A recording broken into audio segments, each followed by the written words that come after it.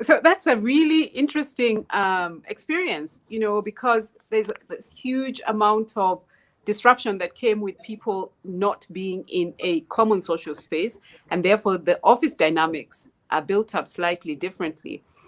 Given that you have had the both experiences, would you say that it is actually possible to actively work remotely, build new relationships, sustain professional relationships, or would it have been far simpler if everybody was back to, the office and very quickly getting to know each other? Well, look, part of great leadership is about adapting. And so, I've had to adapt quickly, and I have fortunately successfully built those relationships remotely. So, is it possible? Yes. Is it ideal? No. It's much simpler connecting with people. It's little things like not being able to fully read people's body language. So, if you're a communicator and you seek feedback other than just being said, you want to sometimes be in a room with people, see how they're reacting, and you're able to better respond as well. So I definitely prefer face to face, but we have survived the pandemic. And I'll come back to you on that in terms of changing jobs and finding new opportunities in the pandemic. But I want to talk to Damola a little bit about that, because Damola, you are managing a team of people that were necessarily required to be in contact out with the trade. How did you make that switch?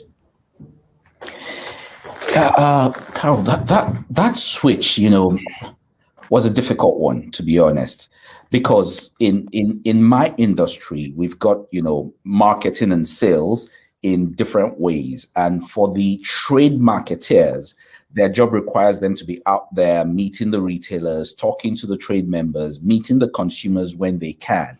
And those are things that you cannot do remotely. You have to be out there. So in the immediate, at the beginning, like I said, it was a bit of a crisis. The first thing was to shut down those operations. Yep. And ask everybody, stay at home, don't go out, be safe, which is the right thing to do, from a leadership perspective. We've got to do right by the people. The people are important. So we asked everyone to stay at home. But then as things began to unfold and we started understanding what was going on, what the real precautions could be, we then started working towards how can we get these people back to doing their jobs so that they can deliver. Because, there's also what the company wants and what the people need. Because, there's something about not being out there to do the work you're being paid to do, that it does something to you psychologically as well. So we eventually got to a point where we were able to develop the right tools for these people to then begin to make their calls, sales calls, trade calls virtually.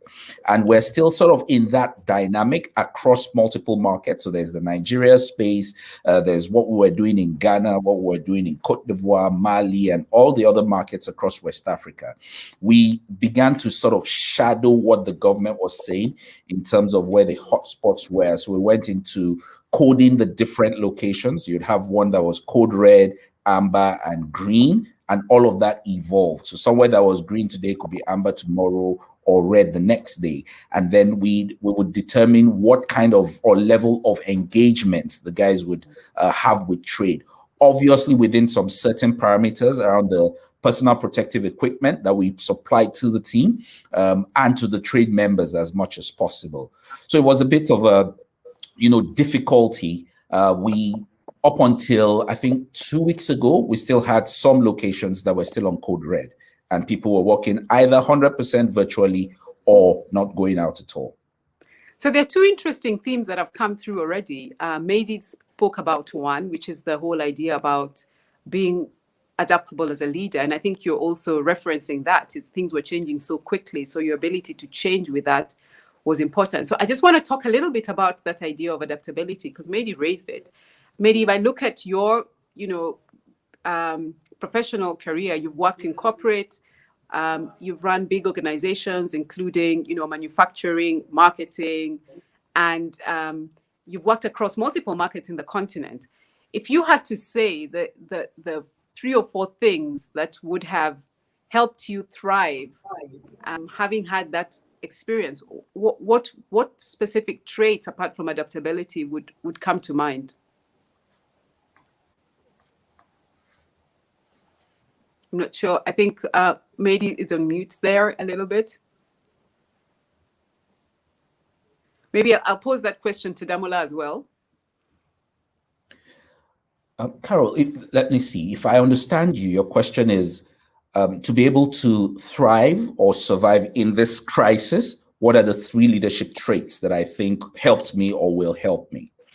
Yeah, I think the ones that helped you, because even if I look at your career trajectory, you've worked across multiple markets, which means, you know, different skill sets, managing people in different environments. Because I think, you know, every environment calls for different different skills that come to the front.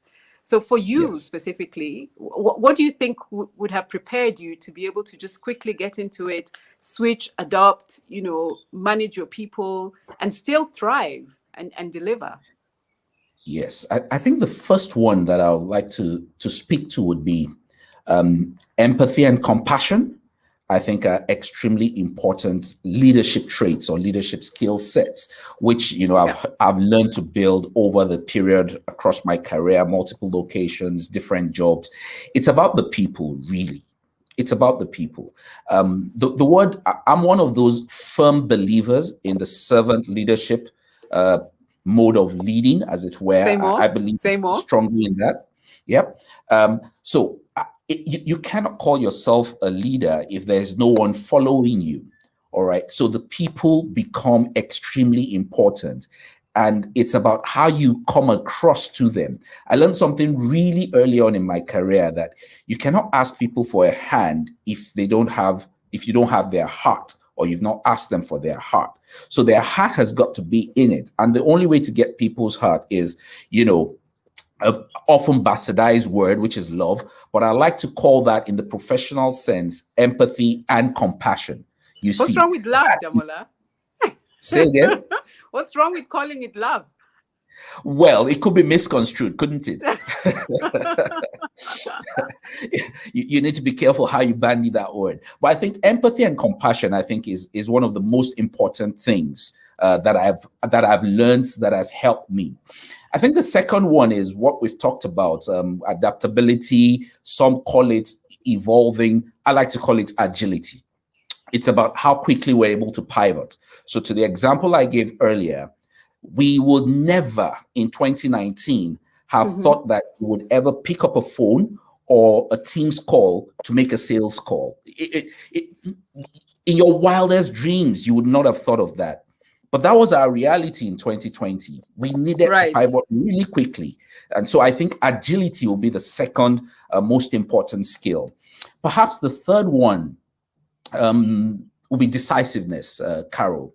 Needing to take the decisions at the right time. In a crisis, the kind of crisis we had in 2020, a delayed decision is a bad decision, you see, because it's between how you win and whether you're going to lose, you see. So for me, I think those 3 would be the ones I'll put on the table and say very quickly, empathy and compassion together as the first one, agility, how quickly we can pivot and move on to new things, and then decisiveness, making the right call. Oftentimes in the COVID pandemic era, you wouldn't know everything.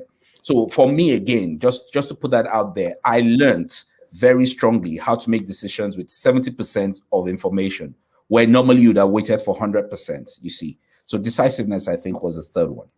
Okay, that's awesome. Mehdi, are you back with us? Awesome. So we're just talking about, you know, the 3 things that you brought with you and were able to help you thrive through this situation that was completely unexpected. What would your 3 be?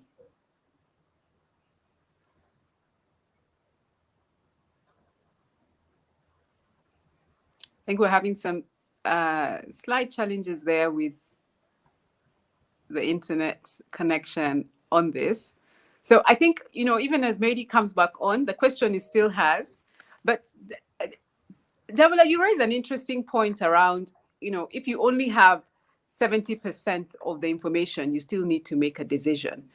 As a leader, how does that decision-making process look like when you're in a crisis situation, when there's a fear that you might make the wrong decision and therefore the repercussions of those are far greater. How do you balance that? Those scenarios, Carol, they're difficult to anticipate. Yeah. But again, it comes down to the kind of conversations we have and what that 70% information is based on. Yep. It's obvious that you need to base it on some deep insights of the market, what's going on with the market. You need to be very clear on the direction you're going in terms of the goal and what kind of impact this decision, wrong or right, could have. And then you just commit. You commit.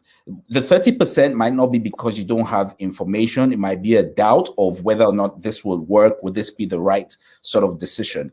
And one of the people I follow often is Jeff Bezos, and he talks about this, disagree but commit mentality, where sometimes we don't agree with the decision, but it's the decision, so we commit and we go ahead.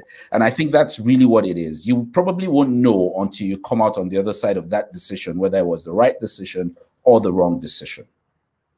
Right, but do you have a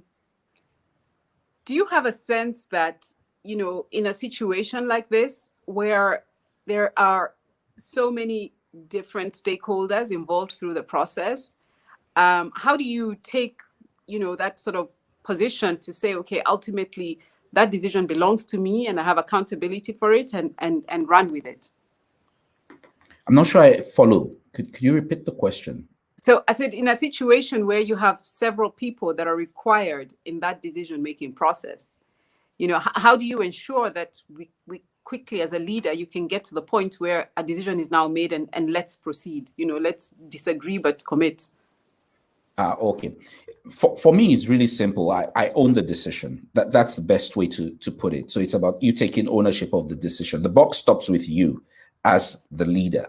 Yep. And so if the decision is right, you will take the glory with your team. If the decision is wrong, then you learn. I think what I would maybe like to offer as a thought in this regard is it's okay for you to make a mistake. It's okay for you to fail. Provided you're learning from that experience, okay? So if I made the decision, 70% of the information was available, and it turned out to be the weaker 70% or the wrong 70%, and coming out at the other side of that decision, I find that it was the wrong decision. Then I raise up my hand. Guys, we got it wrong. What did we do wrong? So we do a postmortem at that point, then learn from it, and then move on. I think that's the only way. I just need to own it as a leader. I made the call and then we got it wrong. That's what I would do. And I think that's an interesting view, because one of the challenges we had, especially, as we very quickly entered into the pandemic, there were so many questions around what's happening in marketing. And, decisions were made that says, okay, let's stop all spend. And there was absolutely no way to be able to justify or commit one way or the other. And I think somewhere along the line, in this sort of decision-making processes where it's a unilateral decision, doesn't it bring about a culture where people would be like, well, rather not take a risk and say the wrong thing and just go ahead with it, even if it's not a decision that I think or agree with necessarily? I would hesitate to, characterize it as making it a culture. I think based on what was going on at the time, to use your example, stop all spend was the right kind of decision to make. I made the same decision. I said, guys, we cannot talk to the trade. Obviously, we can't talk to the consumer. He's not out there. He's locked up in his home. So you need to stop all activation. Then when we understood better, we started talking about, can we build an activation platform that caters to our current reality as well as what the future could hold? Could we begin to dream again of when we can activate, when we can talk to the consumers? Perhaps we need to move it from offline to fully online. Does the regulation allow us? Do we have the tools for that? Can we get it if we don't? So we begin to have those kind of conversations. but it will be an evolution. And maybe if you want to characterize it as a culture, it will be the culture of, being agile and then being able to evolve as more information becomes available. I think that would be what I would see as a culture. Correct. And I think that's what it is. The agility must come into play. You can't just freeze and then do absolutely nothing after freezing. The freezing must be done with the intention of being able to unfreeze once all information is available to you. I see Madi's back. Yay. Yes. You're still on mute, though. Can we unmute Madi, please? Thank you. Technology is really having me for lunch today. It looks like, but you haven't escaped. Your 3 questions are still waiting for you. I hear you clearly now, so I think we can. Awesome. So we were chatting around, the idea of what you needed to bring to the table as a leader to be able to thrive and even survive through this crisis. So what were your 3 things? So Ademola had already mentioned one, which is the ability to take decisions with minimal information. So in a crisis, you don't have the luxury of waiting for, all the data and all the analysis. You have to work with what you've got and just move forward. I had a great mentor who said, decision making is like driving a car. If you go down the road and you're in the wrong direction, you make a U-turn, but make a decision. Absolutely correct. The second one for me is being able to be calm and quiet and reflective.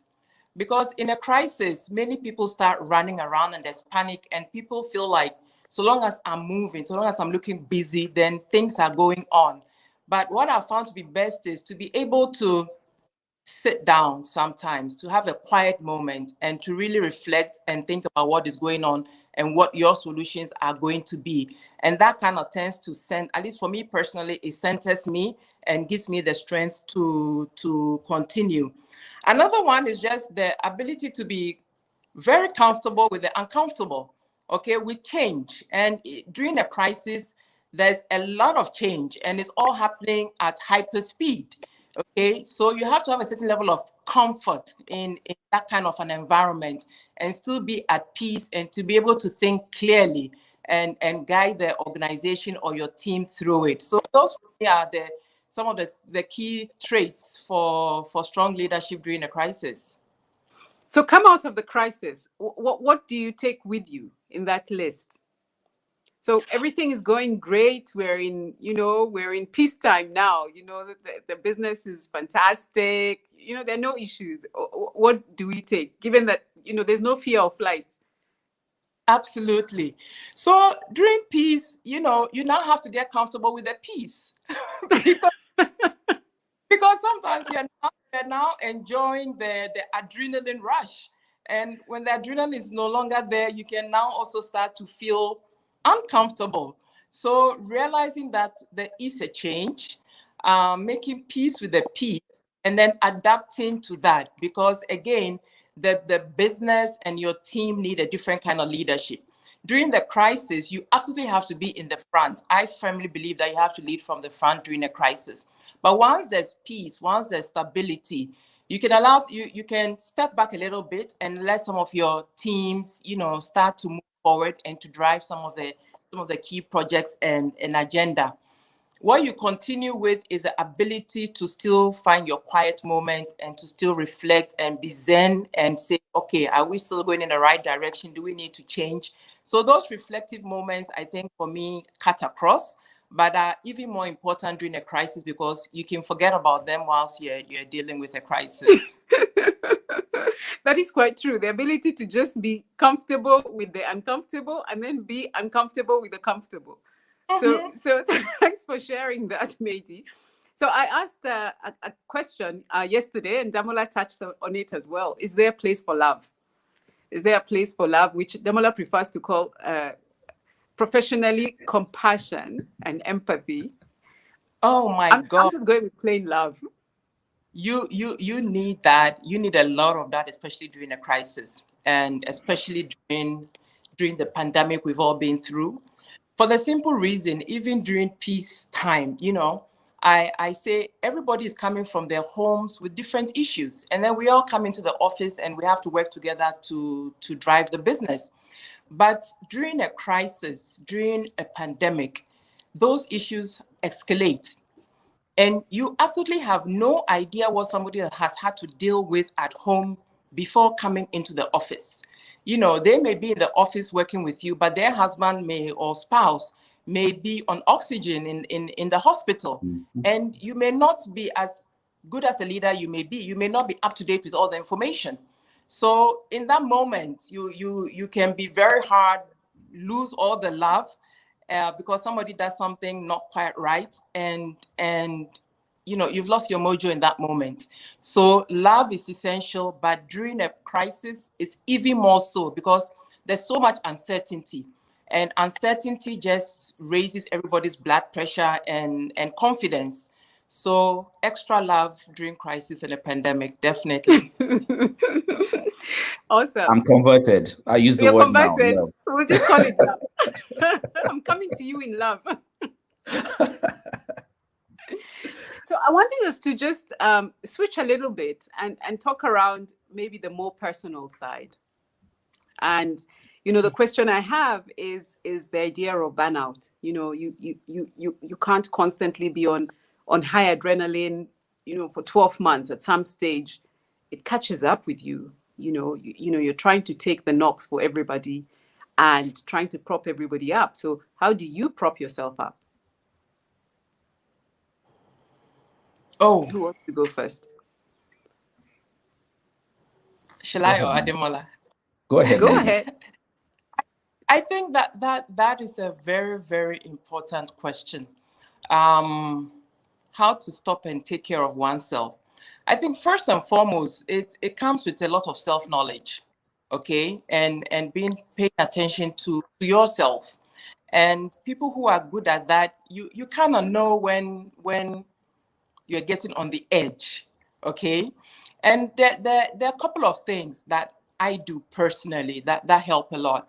One is I connect with my mentors, because sometimes you're thinking about it all by yourself, or because you're a leader and they say it's lonely at the top. So that level of extra responsibility of managing the whole team through the crisis, wondering if you're taking all the right decisions and stuff like that. So during such periods, I connect with my mentors to just do a check-in. You know, this was going on. These are the solutions or the proposals I've put on the table.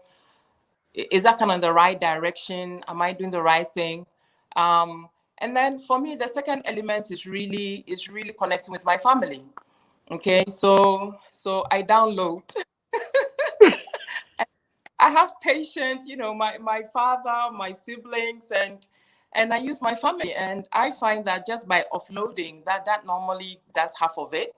So a lot of offloading, if you have somebody with a good ear who will listen. Other people, you know, some people like the spa. I can't handle the spa or the salad. But my father always says you must always continue to empty the cup. Otherwise, the cup gets full and overflows. So on a regular basis, you know, I'm trying to exercise. I must put it out there to put pressure on myself. It really does. It's 30 minutes or an hour where you can be absorbed in something that is not work related.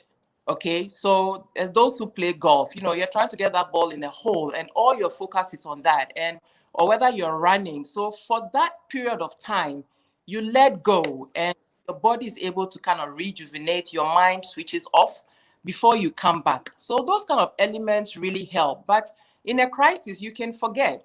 And so it's really prepping yourself to say, you know, whatever works for you. Have I exercised? Have I spoken to my mentor?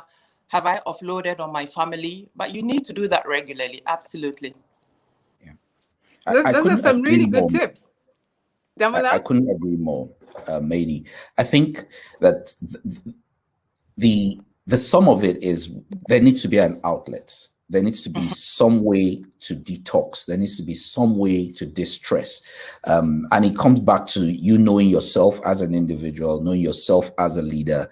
You need to be aware that the team itself or whoever it is that you are leading, they look up to you to create that sense of balance and calm in this crisis. And the truth is, you can't give what you don't have. If you are stressed yourself, you will more than likely pass on the stress to them, you see. So there needs to be a different way to distress outside of work. I don't think there's anyone who distresses in work. So it could be family, it could be a different activity. What I was able to do was with my family, my wife and children, just rearticulate the sort of, family goals that we wanted and begin to focus on them more during that pandemic. So downtime would be conversations around that, checkpoints, where are we on this? How are we getting on that?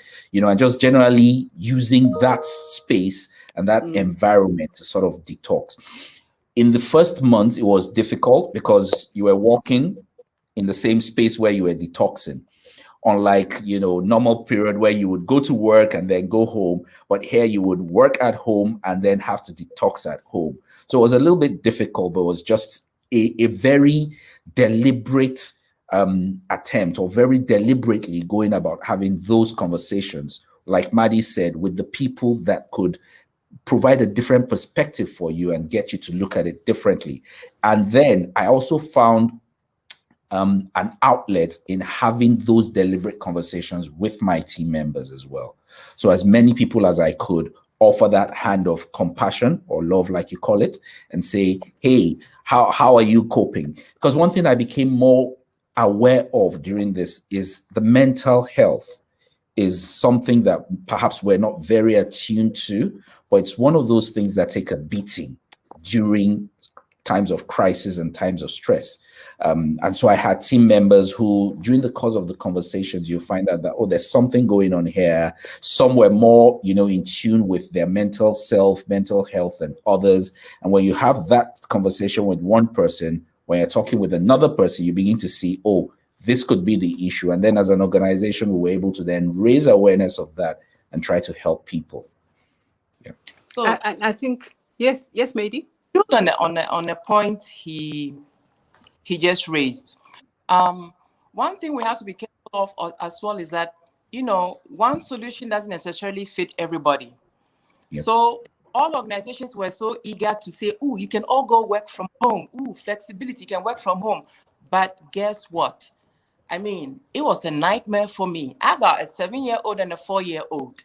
You know what working at home is like with a 4-year-old and a 7-year-old in the house? It's impossible. It's impossible. So although it sounded so perfect, you get to work from home, it actually was not so perfect for certain members of the team. Okay. Yeah. So some of the flexibility in the decision making is to say, okay, let's not, some people may have to come to the office more often than others simply because of their home situations, or what other solves do they have. So I think that's one important thing to learn, that sometimes when we come up with these solutions in a crisis, just check that, it works for the majority and it's really meaningful. And then on the subject of perspective, when I talk about mentoring, and I like the phrase you use, that you want a change of perspective. I'll give one example. In 2014, we had the economic crisis in Ghana, and Ghana had a double-digit inflation. And we're all looking at our costs going up and our margins going down. And I had a mentor in Latin America. And I'm lamenting, I'm saying, mentor, the inflation is so high. I don't know what to do. And how do I cope? And he said, did you say 50% inflation? And I said, no, 15. And he said, oh, really? We had 300 in Argentina. You're talking about... It's like, you don't have any problems. After that conversation, I was like, my problem is small. Maybe go figure it out. We're not talking about 300%. So it kind of put things in a bite-sized thing that I could manage. So that's just an example of changing of perspective by speaking to relevant stakeholders who can support. And I think that is so important because it's very easy as a leader to also have this bubble, that we surround ourselves with.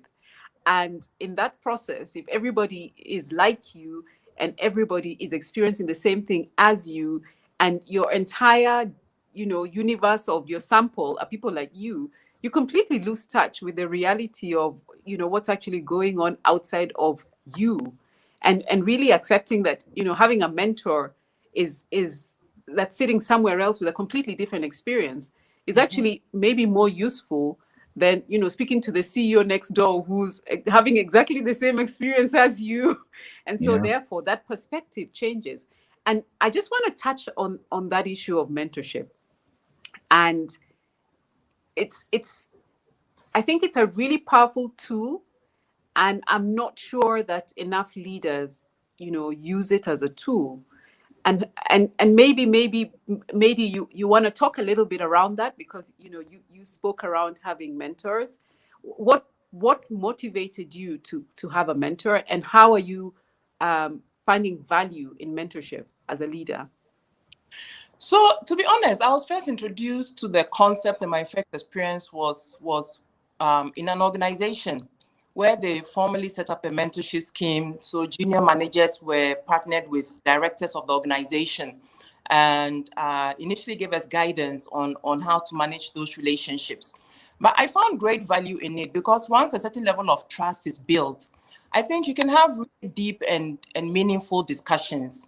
But going on from there, I then personally developed mentorships outside of my immediate work environment. So I have personal mentors. Some of them are former bosses. Some of them are just people I've come across I think have value to add. But critically, I pick specific topics. If I have a thought, if I'm trying to solve something, I connect with them both on work level and then on my personal career progression and growth. Okay, so I have found that to be useful in terms of when there's a trusting relationship, people are willing to share and to guide, but you have to also be open to really discuss what's on your mind. Okay. And I found that, so that's what I said. I find these people, whether they're set by the organization or whether I develop them myself. And it's not that we meet every month necessarily. Some I have done every month, but some may be quarterly or twice a year. It's just when I need to discuss an issue or need to think through, I think, who might I have that conversation with? And it's been really, really helpful. So I remember back in 2009, for example, I had a discussion with one mentor, and I was like, ooh, where do I go with my career now? And he just said to me, Mady, how old are you? Okay, forget running around and chasing money. Go and get a director role. Get a director role. Don't take another job because of money. Get the title. It's time to get the title, because there's a certain age range when the title is good for you. It's a simple little comment. It's a 10-minute conversation, but it plants a seed. And so the next roles that I looked at, I made sure they were director roles, and I finally got one.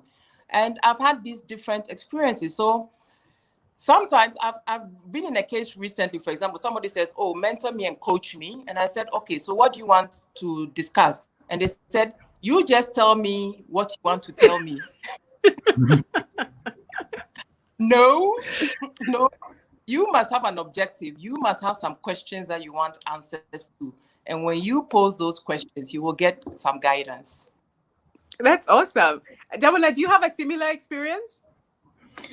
Yes, I think, first of all, I think the first comment that I'd like to make about this concept of mentorship is there's sometimes, or oftentimes, there's a confusion between mentorship, coaching, and sponsorship, particularly within an organization. Mentorship or sponsorship, coaching, whichever one thing that the three of them have in common, which I think is the most important thing, which Mady alluded to, is guidance.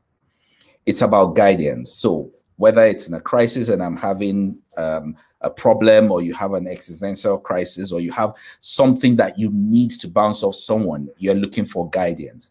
And it's got to be deliberate. So I am quite deliberate about my mentoring relationships. I have several, but it's got to be always someone that you feel you can learn from, and that can learn from you as well, I imagine. That's at least that's my perspective on mentoring. It's got to be a two-way.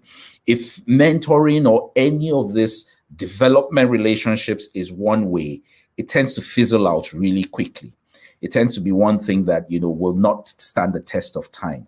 So my experience of mentoring or mentorship is one where you definitely have got to build the trust. It has to be someone that you feel, my business is not going to go out there.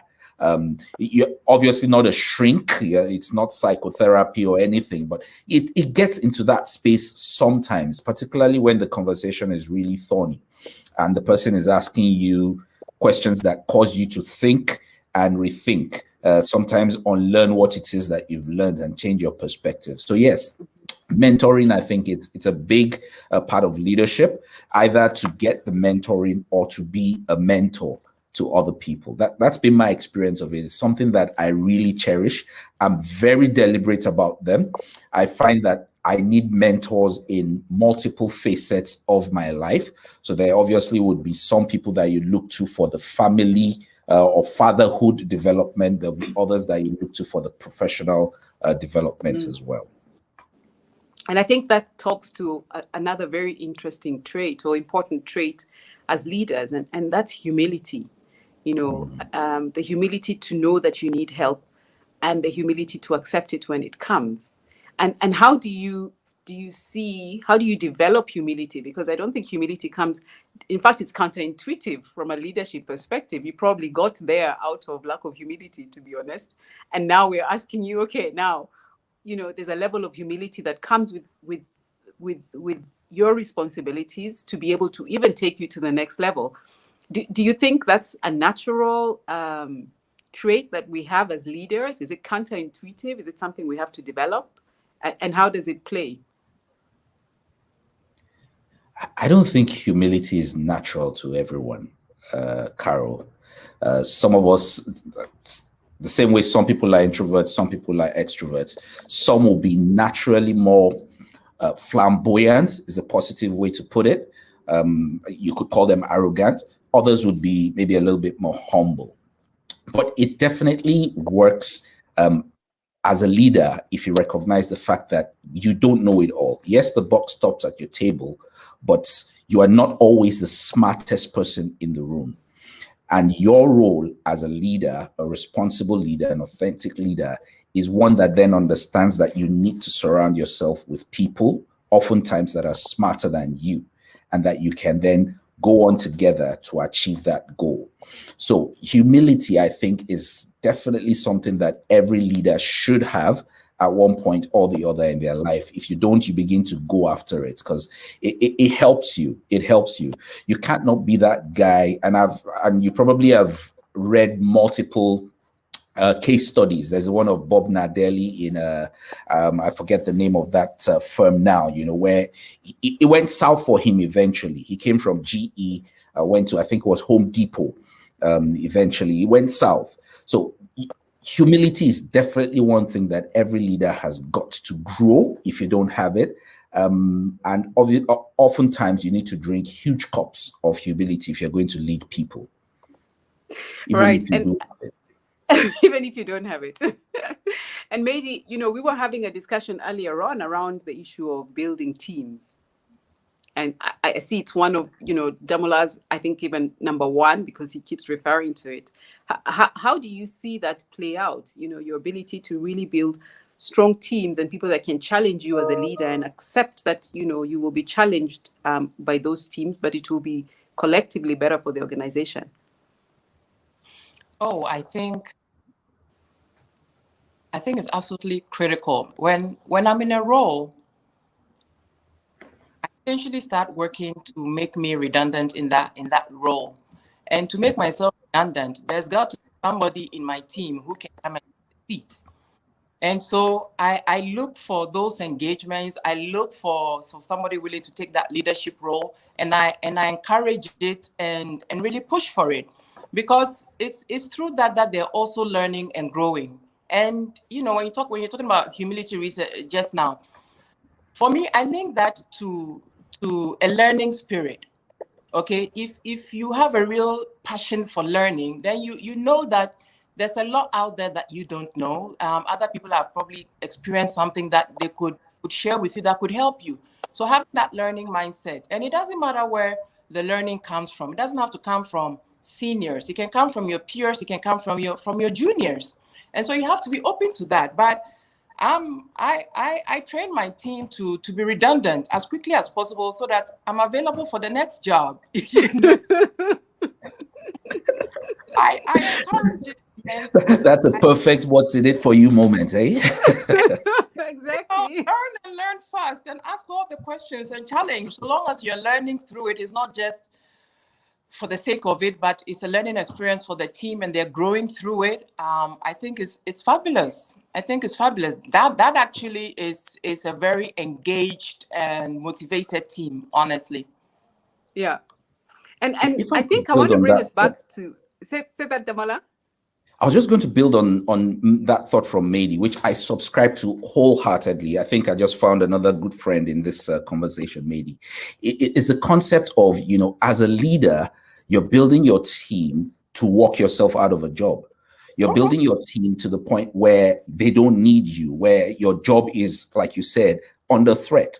I think that's the most important thought or most important attribute of a leader, is a leader that builds other leaders. And seeing that there's a lot of color in the room, I think that is one big thing that we lack in Africa right now, is that kind of mindset where it's about what's happening for the next generation, knowing that I need these people to then keep my business going, to keep my country going, to remain relevant for the future. It's not always about me. And I think that's really, really important as a leader. It's not about me and the job and the title. It's about who takes over from me. I think if you get it right as a leader, you need to be measured by who took over from you and how well they go. Damola, you read my mind, and we're going to segue into this continental problem, because when I first put out this topic, everybody was like, oh, everybody's talking about leadership and leading in COVID and leading in the crisis.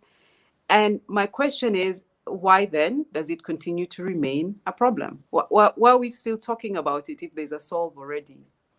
And really understanding, what are the real challenges that we face as leaders, either, running organizations, running teams, running units, what do you feel from an Africa perspective?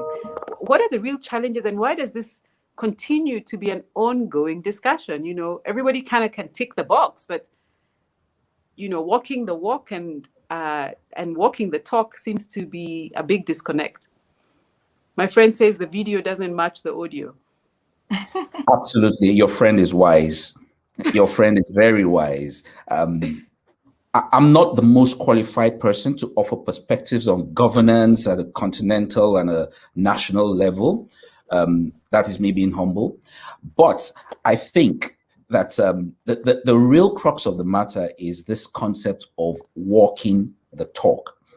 So so many people understand the concept of leadership, but oftentimes we kind of take it as more from an autocracy point of view, which is my word is law. And that is not leadership. That is not leadership. I remember when you and I were talking about plurality. There's something about multiple points of view, and then having a conversation to then agree. Human beings naturally want to be heard. And if I don't feel like I'm being heard, if I feel like you're forcing it down my throat every time, then it's very difficult for me to then follow you, because what you're saying we should do, I don't think is the way we should do it. And you haven't listened to my point of view. Even if you're not going to do what I want, what I'm suggesting, have a stab at listening to me. And I think that's one thing that we miss here, where there are multiple political parties, or in some places where there are two political parties, where I spend my time in office unraveling what was done by the previous person rather than trying to move the polity forward. I spend my time as the new marketing director trying to say what the last person did was completely wrong, rather than building on the successes and learning from the failures. And that for me is what it is. It's your friend is really, really very wise. The video doesn't match the audio. They do not walk the talk. And I think that's where we missed it. Look at what happened in Africa during the COVID, where there are a couple of countries where people were dying and were saying there was no COVID in those countries. We had states in multiple countries. And for me, it was a failure of leadership. Those are avoidable deaths in Africa and outside Africa as well. You see, if you use the US as a case study, in the first 100 days, how many millions of people were vaccinated? Whereas in the previous administration, there were many conversations about, oh, it's a hoax, nothing's happening. But it showed that where there's a will as a leader, you will find a way. Interesting. Mehdi, your view on this? I think there's one thing that comes to play in terms of leadership relationships in Ghana and many parts of Africa, which is that it's a very directive style. Okay, so from this education system, people start working and, you know, you're told what to do every minute of the day and you just do what you're told and it's kudos to you, okay? So we get into a situation where many people, even as they build their careers, they get told what to do, they tell the next person what to do, and it's always telling. But you have to understand that if you're the only one coming up with all the solutions, you know, that's when you get things like burnout and or you start getting lots of poor solutions because you can be coming up with all the ideas on the table, okay? So again, to Ademele's point, whether it's about self-preservation, somebody else should try and think about it. If they share with you, it might be 80% there and you top it up, you make them think about a couple of things and then you have a solve. So I have a new recruit started just 2-3 weeks ago. We had a meeting just recently and she complained about and there were legitimate points, but I simply said to her, young lady, you are now in the leadership team of your area. You have lost the ability, you have lost the position where you can come and complain and then leave the subject that. As a leader, you complain and then you come up with 2 or 3 solutions. And we have to develop people to have that mindset that it's okay to realize what is not going well. But you also must come up with a few proposals on the table. And one of them may work or all of them may be viable, but at least it means that you've thought about it, you've tried to come up with solutions. And if everybody's thinking about it and we all have a conversation, we might come up with an ideal solution. But as a leader, I don't want that headache. I don't know how people do it, but I don't want to come up with all the solutions. And when you're in that situation as well, then you're not developing the next generation because they don't learn to find solutions. And you know, I do a lot of, and I had that experience, so I give it a lot. A team member can come up with a problem and a recommendation. The recommendation may not be as good as what I have in my mind. It may have a certain loss of risks, but then I weigh it and I say, the risks are controllable, they're manageable. Let them go ahead and implement their idea. It might be only 50 or 60%, but I do the risk-benefit analysis, like, let them go ahead. They've come up with a proposal, let them land it and see how it goes. And it starts to build their confidence in themselves to say, oh, I proposed a solution and they did it. And it is acceptable. But you develop them and you give yourself some time to focus on more important things. Yep. Exactly. And I think we've talked on, you know, at least 6 really big topical areas with regards to this idea of how we were able to get through this crisis situation, survive, thrive, and now even get to the point where we have a responsibility. Those of us in leadership position have a responsibility to bring in and get the next sort of leaders coming back in to start to change this idea that, you know, and I think Mehdi, you're right, that I have arrived. And so I've been eyeing Mehdi's seat for so many years. Now she's gone. I'm sitting here. I'm arrived, you know, and so everybody must know that I have arrived because that's how the system has been perpetuated over a long period of time. And until we get to that point, we're still going to be talking around how do we develop African leaders? How do we develop people in organizations to be able to take that mantle? And it also was a conversation that I was having around, running global organizations where, again, there's always a discussion around what are the opportunities that exist for leaders from the continent across the board, and how decisions are made, and whether we have a stake and a play at the table when those decisions are being made around, leadership and people being seen as getting to the point and the very top of the organization. And what do you feel is our responsibility to be able to get those discussions and showcase our people so that they have those same opportunities to be able to get to the next level? So I always think of it as leadership as actually more of a responsibility than anything else. Yeah. Coming to the idea that you were saying it's a master servant situation, that in fact you're there to provide a huge amount of service with huge amount of responsibility, for which you're required to take huge amounts of accountability at the same time. So it's not a simple task or a simple job to do. And I have one last question, before we go in.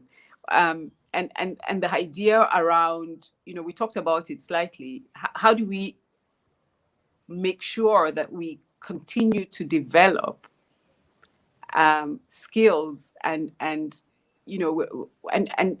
really our ability to lead? How do we ensure that we're getting better and better at it? Because every situation requires a different response. So some organizations offer a lot of training.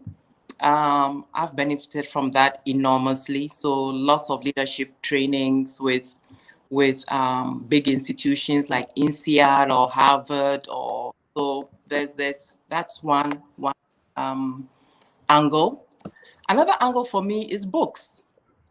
There is so much information in books. You just got to pick them up and read, and you will learn so much.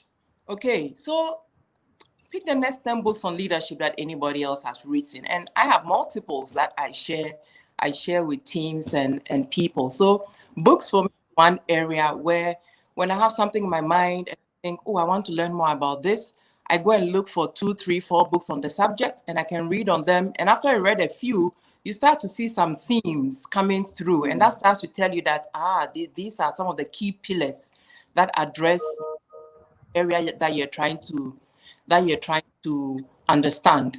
But again, it goes to that learning mindset. The third element is getting involved in other areas that may not be directly work related. So I have found being on boards that are not in the same field as I am really insightful. So whether I'm in FMCG manufacturing, obviously, so whether it's on the advisory council for a university or a non-executive on a bank board, you just start to learn different things from different organizations and different sectors, and how different people are handling the same situation sometimes, okay? And you get that exposure as well. So top of mind, those are 3 major learning opportunities that I see. But first of all, you have to have the learning mindset yourself and go and seek that information. That's fantastic. And I've got a couple of questions here, some really good ones. Maybe Demola, I'll ask you to take the first one. Is how do you motivate a team that is tired? Ooh, there's no silver bullet. I think it depends on what's going on, why you think they're tired. But you've got to obviously communicate. Create, like I said earlier, a sense of calm and balance for them, and rally them around a common goal. If people have something that they're chasing, I think they will, find that spark. Give them a reason to commit and keep committing every day, and try to not to be, a wet blanket yourself, which sometimes can be the position you find yourself as a leader. So there's several of those things you could do, but ultimately make sure you are the one that you build up the communication channels. Make sure you are speaking to them.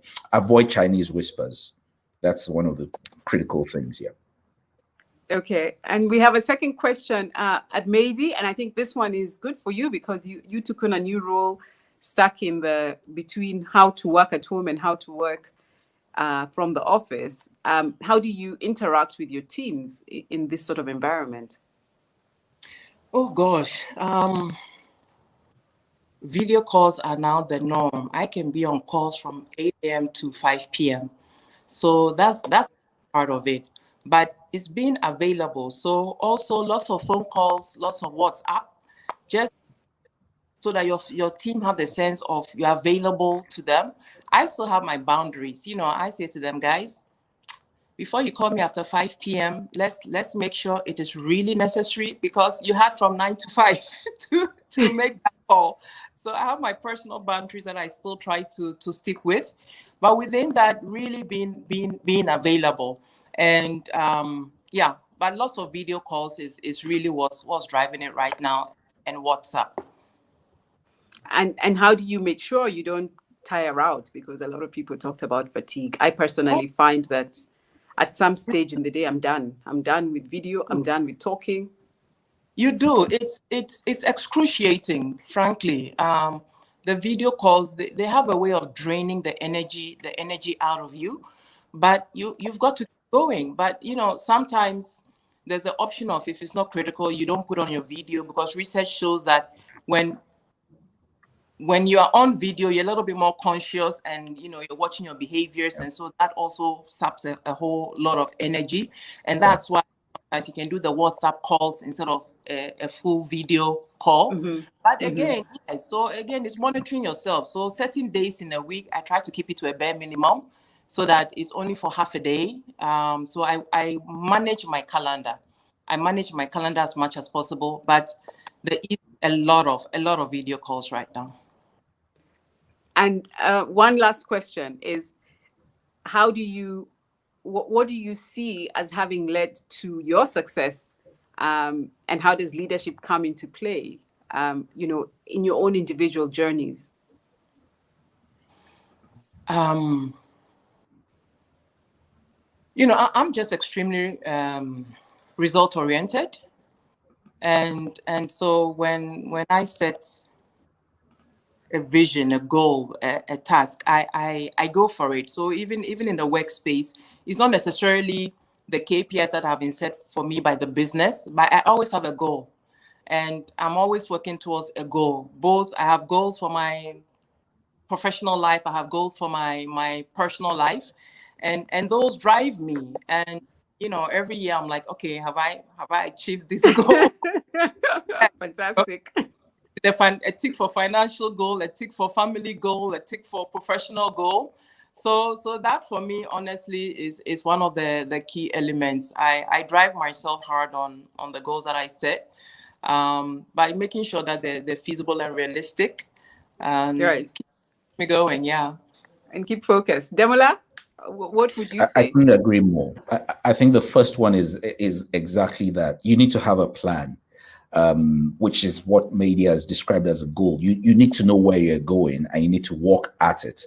You need to give it everything, and in that plan or goal, without putting timelines to it, it's difficult to then, push yourself and say, by such and such a time, I've got to achieve this.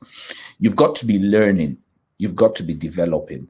I always tell my friends, my team, that the things that you know to do that got you to this level are not the same things that are going to take you to the next level. So you've got to develop yourself. You've got to learn yourself. You've got to grow.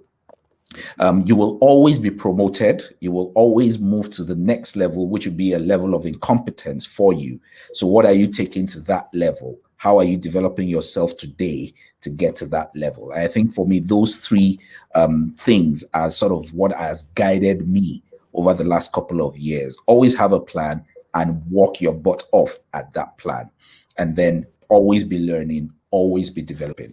The final one is time and chance. Right place, right time. Yeah, and I can't top that.